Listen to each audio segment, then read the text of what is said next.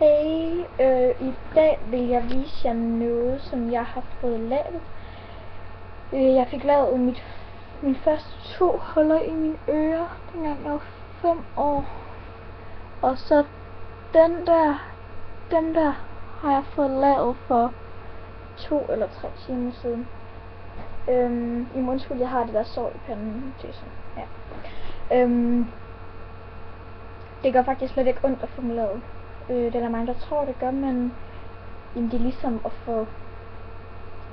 er ligesom nogen, der kommer lige til at skubbe til dig, og så falder en eller anden med dit øre. Altså, det gør ikke ondt, eller overhovedet ikke.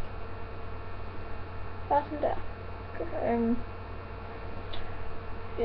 Det gør så, jo længere du kommer op, jo mere ondt gør det så.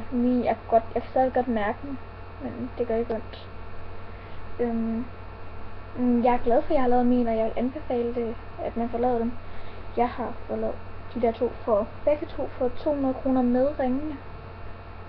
Over i en by herovre i Farsø, i en butik, der hedder Diamanten. Den er rigtig god. Den